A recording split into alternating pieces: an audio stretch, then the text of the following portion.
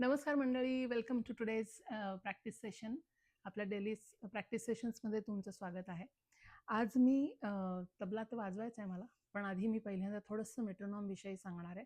मी जो मेट्रोनॉम घेऊन प्रत्येक वेळेला प्रॅक्टिस करत असते, त्याच्या मागचं कारण म्हणजे मला एक गती कुठली तरी प्रॅक्टिस करायच्या वेळेला मिळावी, हा त्यातला हेतू आहे. महत्त्वाचा मुद्दा मेट्रोनॉम प्रॅक्टिस करताना असा होतो की मेट्रोनॉम हा कंटिन्युइटीमध्ये चालू राहतो. जो काही स्पीड तुम्ही सेट केला असेल तो 50 असेल, 60 असेल, जो काय असेल तो. पण त्याच्यामध्ये मला जसा एक तालाचा आवर्तनाचा जसा अंदाज यायला हवा आहे, तो अंदाज मला मेट्रोनॉममध्ये मिळू शकत नाही. कारण त्याच्यामध्ये ऑनगोईंग बीट मिळत राहतो. तर प्रत्येक वेळेला जेव्हा मुखडा तुकडा आपण जेव्हा वाजवू किंवा कायदे जेव्हा वाजवत असतो, त्यावेळेला आपल्याला मेट्रोनॉमचा फायदा फक्त आपली गती स्थिर राहते की नाही हे बघण्यासाठीच मिळू शकतो. आता त्यावेळेला प्रत्येक बीटमध्ये काही अक्षरांचा समूह होऊन त्याची रचना केली जाते. तर ती प्रत्येक बीटमध्ये किती अक्षरं आहेत ह्याचा सुद्धा अंदाज आपल्याला चांगल्या प्रकारे मिळावा म्हणून मेट्रोनॉम आपण वापरू शकतो. पण अर्थातच आवर्तनाची कल्पना मेट्रोनॉममध्ये येऊ शकत नाही, कारण तो एक ऑनगोईंग बीट आहे जसं मी म्हटलं तसं. तर आपण पहिल्यांदा बीटमध्ये दुगुण, चौगुण अशा करून बघाव्या असं मला वाटतं. तर आजच्या प्रॅक्टिसमध्ये मी ते थोडंसं करून बघणार आहे आणि आपण त्याच्यासाठी मेट्रोनॉम सेट करणार आहोत 50 वर. So let's get started with this. हे रिसायटिंग प्रॅक्टिसच म्हणू. आज मला रिसायटिंग प्रॅक्टिस करण्याचंच डोक्यात आहे. सो मेट्रोनॉम 50ला सेट केलाय. 1 2 3 4 5 6 7 8 1 2 3 4 5 6 7 8 1 2 3 4 5 6 7 8. आता आपण एकाच बीटमध्ये 2 अक्षरं घेऊन किंवा 2 नंबर म्हणून काउंट करून बघूया. 1 2 3 4 5 6 7 8 1 2 3 4 5 6 7 8 1 2 3 4 5 6 7 परत एकदा 8 1 2 3 4 5 6 7 8 1 2 3 4 5 6 7 8 1 2 3 4 5 6 7 8 1 2 3 4 5 6 7 8 1 2 3 4 5 6 7 8 ही आपली दुप्पट झाली. आता आपण एकाच बीटमध्ये 4 आकडे म्हणून आपली गती मिळवण्याचा प्रयत्न करूया. 1 2 3 4 5 6 7 8 1 2 3 4 5 6 7 8 1 2 3 4 5 6 7 8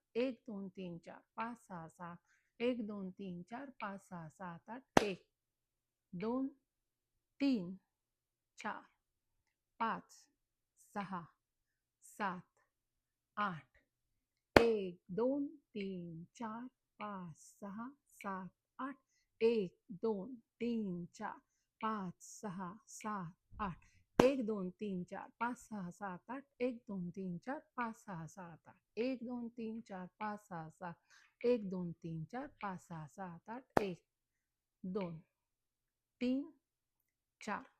आता ह्याच्यामध्ये जर मी एक बेसिक कायदा म्हणायचं ठरवलं ह्या मेट्रोनॉमला धरून, तर आपण धा धा तीट धा धा तिन्ना ही रचना घेऊया, ज्याच्यामध्ये मी सिंगल टेम्पोमध्ये आधी म्हणण्याची प्रॅक्टिस करते आणि त्याचीच मी डबल टेम्पो घेऊन प्रॅक्टिस करते. कशी ते बघूया. सो रचना अशी आहे. धा धा ते ट धा धा तिन्ना ता ता ते ट धा धा धिन्ना. Single tempo. धा धा ती ट धा धा तिन्ना ता ता ती ट धा धा धिन्ना. सो प्रत्येका बीटमध्ये फक्त एकच अक्षर म्हटलं आपण.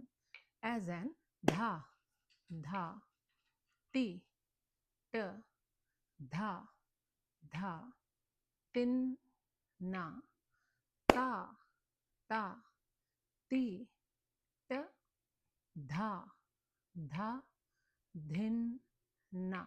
आता आपण एका बीटमध्ये 2 अक्षर म्हणून प्रॅक्टिस करून बघूया. धा धा ती ट धा धा तिन्ना ता ता ती ट धा धा धिन्ना. धा धा ती ट धा धा तिन्ना ता ता ती ट धा धा धिन्ना. आता आपण 4 अक्षर एका बीटमध्ये म्हणता येतात की नाही त्याची प्रॅक्टिस करून पाहूया. धा धा तिट्ट धा धा तिन्ना ता ता तिट्ट धा धा धिन्ना धा धा तिट्ट धा धा तिन्ना ता ता तिट्ट धा धा धिन्ना. धा धा ती ट धा धा तिन्ना धा धा तिट्ट धा धा तिन्ना ता ता तिट्ट धा धा धिन्ना धा धा तिट्ट धा धा तिन्ना ता ता तिट्ट धा धा धिन. धा धा तिट्ट धा धा तिन्ना ता ता तिट्ट धा धा धिन्ना.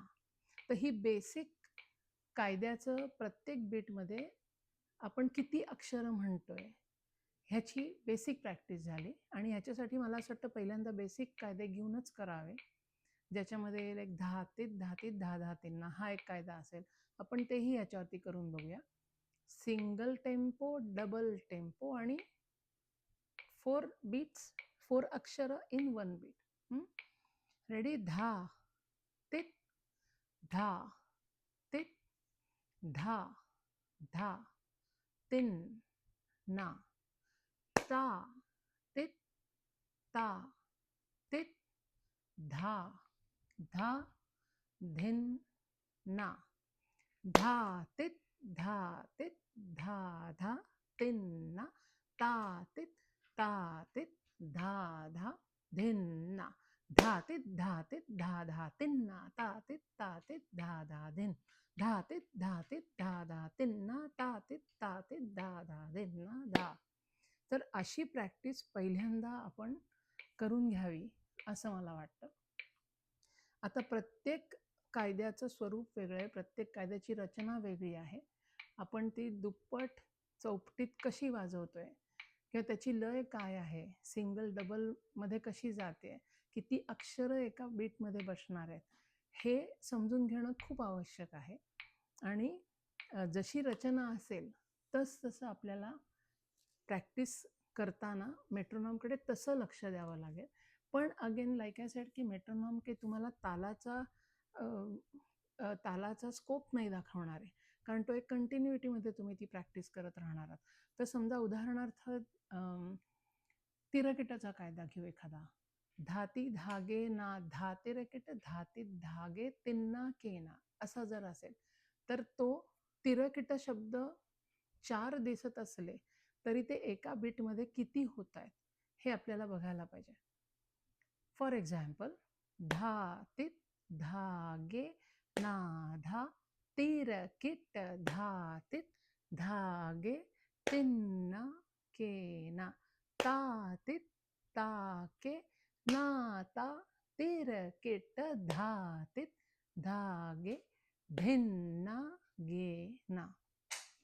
सो जेव्हा आपण सिंगल अक्षर म्हणतोय, सिंगल अक्षर एका बीटमध्ये, त्यावेळेला आपल्याला इथे दिसतंय तिरं आणि किटं ही दोन एकाच ह्याच्यामध्ये, एका बीटमध्ये तिरं येत आहे, दुसऱ्या बीटमध्ये किटं येत आहे. मग त्याचं काय? तर तिरं आणि किटं हे दोन लघु झाले, जे आपण एका बीटमध्ये म्हणतोय.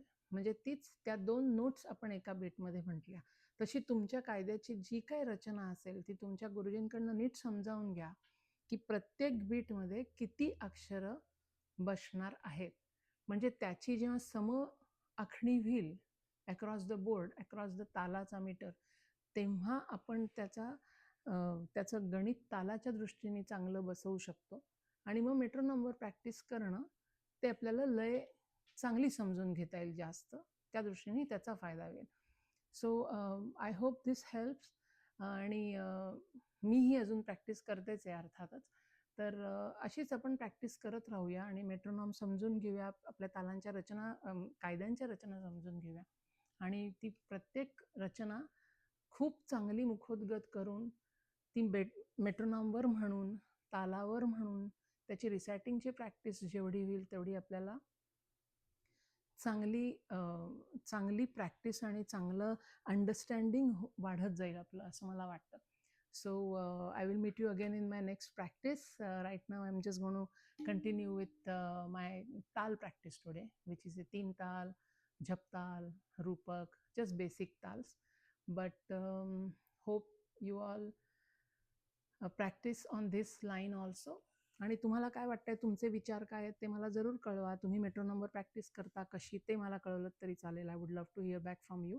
आणि ताल आणि मेट्रोनॉमची सांगड कशी घालणं आवश्यक आहे हे ह्यातनं सांगण्याचा माझा छोटासा प्रयत्न होता. So hope this helps and I will see you again in my next practice session. Until then, keep practising.